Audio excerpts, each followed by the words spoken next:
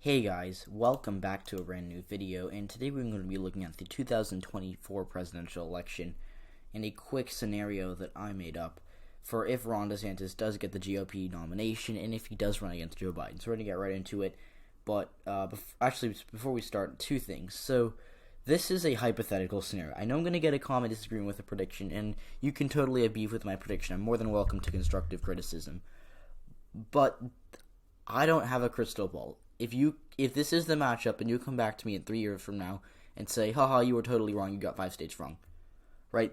That's not productive, because this is a video that's going to be, I don't have any polls for this matchup, and if I do, they're going to be very unreliable, and this is just a matchup that we're talking about 3 years in advance. This is not going to be the actual outcome. It's just what I think would happen if the race were to happen today, and I still could be wrong on a couple swing states. So, yeah. The second thing is that we don't know where Joe Biden's mental health is going to be by 2024. I'm not saying that he does or does not have mental health problems. What I am saying is that he's not as quick as he used to be, and he is 78. By 2022, it'll be an 81-year-old man who is going to, who has a stutter. So, whether or not he has memory loss, he doesn't have dementia, but whether or not he has minor memory loss problems is totally, I guess, totally up for debate by 2024. Right now, I don't think he does, but in 2024, things could change. And it'll really depend on how his campaign markets him, because, he could, he's an old dude. He could just be too old to run for the presidency again by 2024. He could also run again and have a performance in the debates, or, not have a great,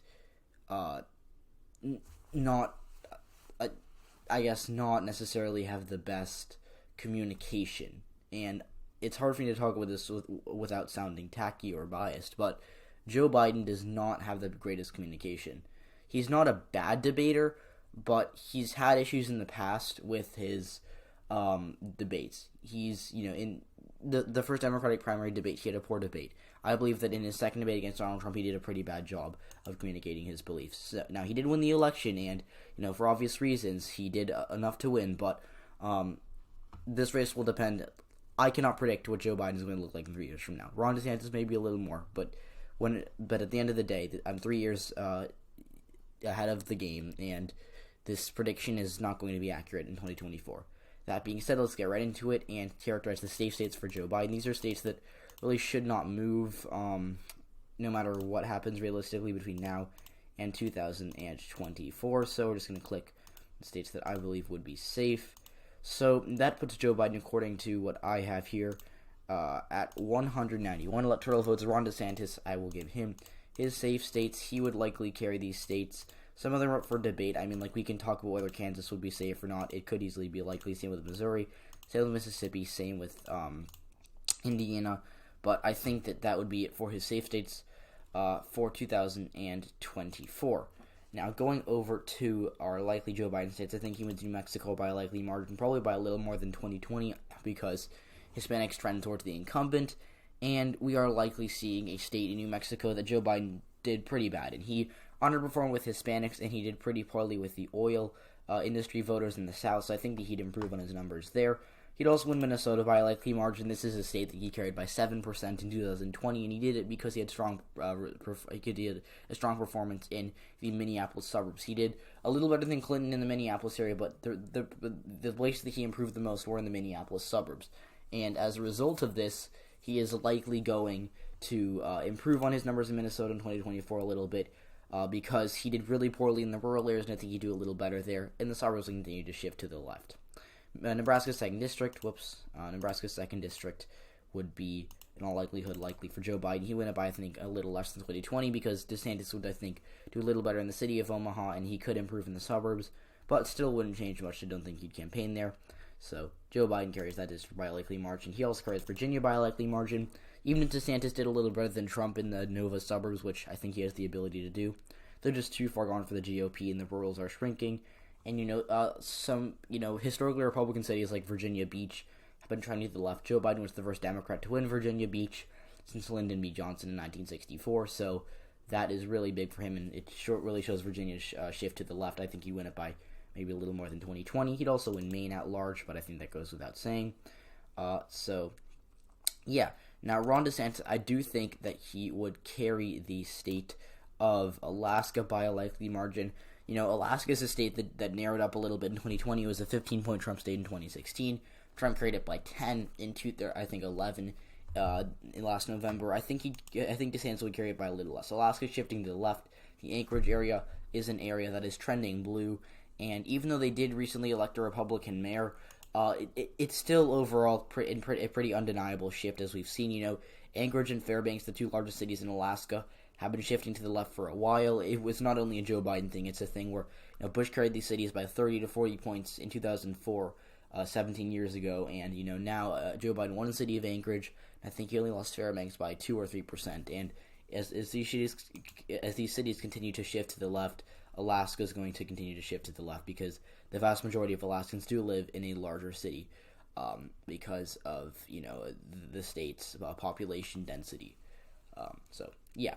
Now, Iowa and Ohio, these are two states that I think Ron DeSantis would do similar to Trump in. He might do a little worse in the rural areas with white working class voters, but he'd improve in the suburbs of Des Moines, Dallas County, Story County to be specific. In Iowa, in Ohio, I think he could stop Delaware County, shift to the left, or the Cleveland suburbs shift to the left. So I think that he'd win these states by similar margins to Trump. And I really don't think that Joe Biden would invest in them after they were so disappointing for him in the 2020 election. I think that he would probably just give up on them and let DeSantis carry them. I think DeSantis would win Iowa by 7, Ohio by 8. So, yeah, I also think that Ron DeSantis would carry South Carolina by a likely margin and Florida by a likely margin. Florida's really close, but I think since it's DeSantis' home state, I think he'd just have a lot of that energy. We could see Cuban voters with a favor, or Hispanics with a favorable view of both Joe Biden and Ron DeSantis breaking for DeSantis because he is the governor of their state, because he's probably going to win re-election in 2022 by a pretty good amount. So, these states likely Republican. I also think that he would carry Maine 2nd District by a likely margin, but just barely. I think he'd win it by 5, so it could easily fall in the lean category. Now, for Joe Biden, his lean states, I think that he does take Nevada by a lean margin. Nevada is a state that has been pretty stable over the past 5 years, politically speaking. In 2016, Hillary Clinton won it by 2.4%. I believe that Catherine Cortez Masto also won her Senate race there by 2.4%, although with a different coalition than Hillary Clinton. In 2018, I believe, if I'm correct, Jackie Rosen beat... No, wait, I'm wrong. Whoops. I was thinking of another race. But in 2020, Joe Biden won it by 2.4% again. So I could go out on a limb and say that Joe Biden's going to win it by 2.4% again if he does run in 2024 against DeSantis. But I think he'd win it by a little less. Potentially maybe 2%, which would... It's really close to tilt, by the way. But I think it would be lean just because he'd do a little better with Hispanics and Clark, but a little worse in the suburbs of Henderson, North Las Vegas, as well as Reno. Now, another state that I think Joe Biden would win by a lean margin is the state of New Hampshire. New Hampshire, I think, realistically speaking, he would carry by around 5, but I'm rounding down. I think maybe 4.5 if we're being realistic here. This is mostly because Joe Biden is a candidate that has good appeal to moderate college-educated New Englanders, which is why he did so well in New Hampshire, so well in Massachusetts. But I think that DeSantis has that appeal to smaller town voters who maybe voted for Donald Trump in 2016, but weren't as big of fans of him in 2020. So I think that Joe Biden would carry it by a little less than 2020. Now, for DeSantis' lean states, I think he wins Texas by a lean margin. I think that he also carries the state of North Carolina by a lean margin because these are two states in the South that have been shifting to the left for sure, but the Republicans still have passed to victory here. It's making inroads with minorities. Now, Donald Trump did really well with Hispanics in 2020 for a Republican. That being said, he did not do as well with black voters. He made minor inroads on his 2016 performance, but he didn't do as well with these voters. And realistically speaking, I think it was a waste of time and energy for the GOP to try to appeal to these black voters because they came out against the party overall. We saw very minimal shifts. We saw, with black voters in Harris County, I believe that Trump improved by 1%. Still an improvement, but not really anything significant enough to tip the state in his favor when he could have just done that by, doing a little bit better with suburban voters or doing better with Hispanics, which he did. So I think that DeSantis could do really well with Hispanics being from a state that has a huge Hispanic population. I think he knows how to appeal to those voters. He also knows how to do well in the suburbs because he did do better in the suburbs than Donald Trump did in 2020 in the state of Florida. So I think that he could do that in both Texas and North Carolina and carry these states. Texas by a little less than Trump because I think he still does a little worse with Hispanics. But I think he carries North Carolina by a little more because he just does so well in the suburbs there. So these are two states I think Ron DeSantis would carry by a lean margin. Now it's going to come down to the tilt states. So I do think that Joe Biden would carry the state of Pennsylvania by a tilt margin. And, this is really, really close because he did well in the Philly suburbs. He did very well in Chester, Montgomery, and Bucks County. He also did very well in, not very well, but he did well relative to other Democrats' or expectations in Lackawanna County and surrounding areas. So, again, he didn't necessarily run ahead of Hillary Clinton in some of these regions, but he kind of reversed some trends, especially in the northeastern part of the state, that were really hurting the Democratic Party there. And I think that because of this is realistically a state that is going to trend left afterwards. I think for right now, for the next 10 years, it's going to stay maybe a slight trend to the right. But once the suburbs kind of overtake white working class and rural areas in importance in Pennsylvania, that's going to start the state's trend to the left. So 2024 is kind of a dead spot for Democrats in the state, in that the suburban trends haven't necessarily been maxed out for them. And at the same time, working class voters are trending away from Democrats. So for that reason, I think that Pennsylvania could easily flip in 2024, but I wouldn't necessarily bet on it. And I do think that Joe Biden would win the state, but very, very narrowly. Now, to make this interesting, I'll give Ron DeSantis a state at a similar weight. I think Georgia would go for Ron DeSantis here, which would be a pickup, and that puts them both at 251 electoral votes. This can be really close. So Georgia is a state that, the suburbs of Atlanta may be too far gone for the GOP at this point, but if DeSantis maxes out that rural support that Trump had and makes inroads in the suburbs, which he has the ability to do, because I think that he can do really well in the southern suburbs because he is from a southern state. So I think that's what hands him Georgia. I think that he might actually make minor inroads with black voters, maybe less than Trump, but he did okay with them in 2018. He didn't obviously do great because, Republicans usually don't get a very large share of the black vote, but he did okay with them. I think that could be a part of his coalition in Georgia, but just speculation there. So I do think that Ron DeSantis would actually carry Georgia, but I think narrower than, I think Biden would carry Pennsylvania by a point. I think DeSantis would carry Georgia by literally just a couple of thousand votes. Now, let's make this interesting. So I think that Ron DeSantis does carry Arizona as well. DeSantis carries Arizona as well. He does this by just improving in the Maricopa suburbs, nothing other than that. He might lose a little ground in rural areas, like, talking about Coconino County, or Mojave County, or La Paz County is another example, or maybe even Pima County as well, the rural parts of those areas. I do think that DeSantis might lose a little ground with rural voters, but not too much, realistically speaking. And he would also, I believe, make enough improvements with older voters in Maricopa County that were turned off by Donald Trump's rhetoric with John McCain, what he said about John McCain. I think they'd come out for DeSantis and hand him the state. And I think he'd win Arizona by a little more than Georgia. Now, I think the tipping point state here for DeSantis, I think it would be Wisconsin. I think that he'd carry Wisconsin. Actually, no, I think the tipping point would be Georgia. I think I should have called Georgia before Wisconsin, but I did it for fun.